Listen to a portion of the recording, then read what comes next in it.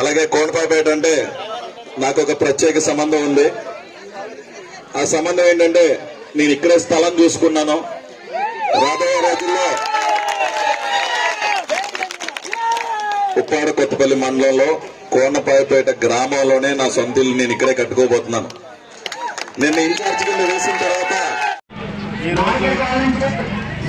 మరి అంతర్వేదిపేట గ్రామం మత్స్యకారులు మరి జనసేన అధినేత పవన్ కళ్యాణ్ గారు ఒక సిద్ధాంతాలకు కట్టుబడి అదేవిధంగా మరి మన ప్రియతమ ఎమ్మెల్యే తంగెళ్ళ ఉదయ శ్రీనివాస్ గారు మరి ఆయన ఆదేశాల మేరకు మరి ఈరోజు ఇక్కడ 200 మంది మహిళలు గ్రామం అంతా లేచి వచ్చి ఉత్సాహంతో జనసేనకి ఓటేస్తాం, మేము గాజు గ్లాస్ గుర్తుగా ఓటేస్తాం అని చెప్పి ప్రతి ఇంటికి మహిళ కూడా లేచి వచ్చి ఉదయ శ్రీనివాస్ గారికి స్వాగతం పలికి పండుగ పెంచుకుని మరి పార్టీలో జాయిన్ అవ్వడం జరిగింది.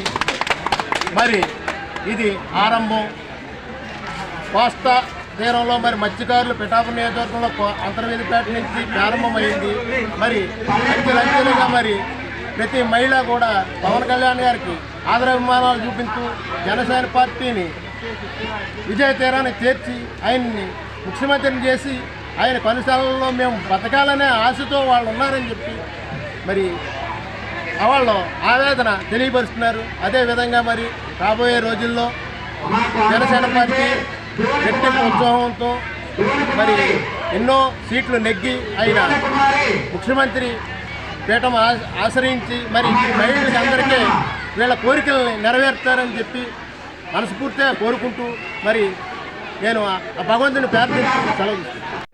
ఈరోజు కోనపాపేటలో అసలు ఊహించని స్పందన, ప్రజల్లో ఎంత మార్పు వచ్చిందనేది స్పష్టంగా కనిపిస్తుంది. ఈ వైసీపీ ప్రభుత్వం తరిమి కొట్టడానికి ఎంత ఉత్సాహంగా ఉన్నారో ప్రజలు ఈ కోనపాపేటను చూస్తే స్పష్టంగా తెలుస్తుంది. కొత్త సంవత్సరం మొదలైంది అనేది కూడా స్పష్టంగా తెలుస్తుంది. ఎందుకంటే ప్రజల్లో ఆనందం మొదలైంది, ఎందుకంటే ఈ ప్రభుత్వం పోతుంది అని తెలిసిపోయింది. ఈరోజు జనసేనలోకి ఎన్నడూ ఊహించినట్టు కోనపాపేటకి సుమారు 400 మంది మహిళలు, ప్రత్యేకంగా మహిళలే మీటింగ్ పెట్టుకుని మహిళలు జాయిన్ అవడం కోసమే కోనపాపేటలో మీటింగ్ పెట్టారు. అలాగే 400 మహిళలు ఈ కోనపాపేటలో జాయిన్ అవడం అనేది చాలా ఆనందం.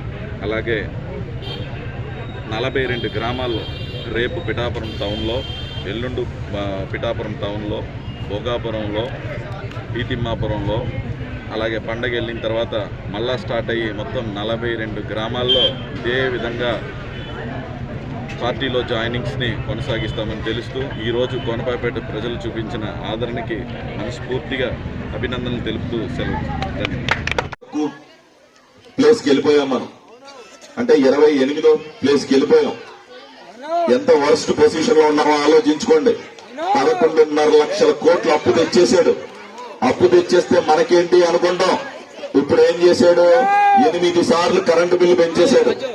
రోడ్లు వేయలేదు, స్కూల్స్ ని తాకట్టు పెట్టేశాడు, పార్కులు తాకట్టు పెట్టేశాడు, కలెక్టర్ బంగ్లాలు తాకట్టు పెట్టేశాడు, మద్యాన్ని పెంచేశాడు, ఎలక్ట్రిసిటీ బిల్లు పెంచేశాడు, బస్సు ధరలను పెంచేశాడు. నెక్స్ట్ మిగిలిందల్లా ఏంటంటే మీ ఇల్లే, ఈ కనిపించే ఇల్లే.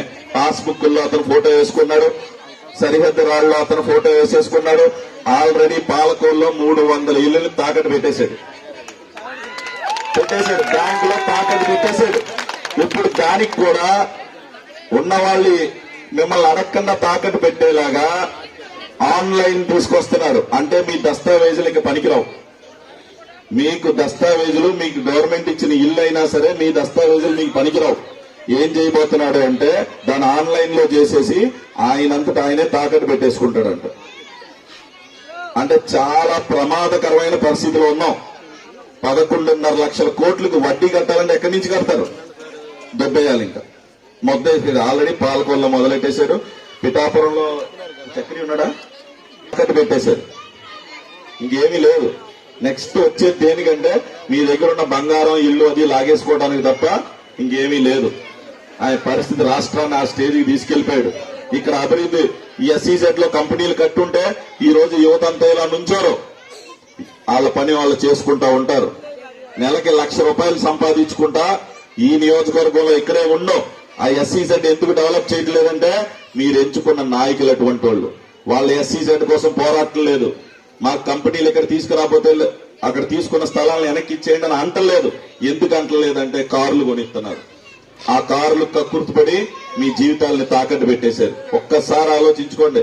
వాళ్ళు తిరిగే కార్లు కోసం కక్కుర్తిపడి ఏ ఎమ్మెల్యే అక్కడికి వెళ్లి ఇక్కడ కంపెనీలు వచ్చే వరకు లెగను అని చెప్పిన ఎమ్మెల్యే ఎవరు ఇప్పుడు వరకు? ఎవరైనా ఉన్నారా? ఎవరు లేరు. ఎందుకంటే మీ గురించి పట్టింపు లేదు. ఏ యువత బాగుపడటం వాళ్ళకి అవసరం లేదు. నేనున్నాను. మొత్తం అన్ని వదిలేసి వచ్చాను. నాకు 2 ఆడపిల్లలు. ఒక అమ్మాయికి 5 సంవత్సరాలు, ఒక అమ్మాయికి 1 సంవత్సరం. మొదటి పుట్టినరోజును కూడా చేసుకోలేదు నేను.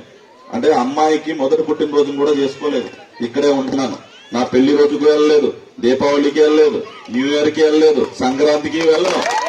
ఈ పిఠాపురంలో ఏ పండుగైనా మీరందరూ నన్ను గెలిపించిన తర్వాత ఇక్కడే ఈ పిఠాపురం నియోజకవర్గంలోనే ఈ కోనపాయపేటలోనే నేను చూసుకున్న స్థలంలోనే మనం అందరం కలిపి చేసుకుంటామని చెప్పి మీ అందరికీ మాటిస్తా.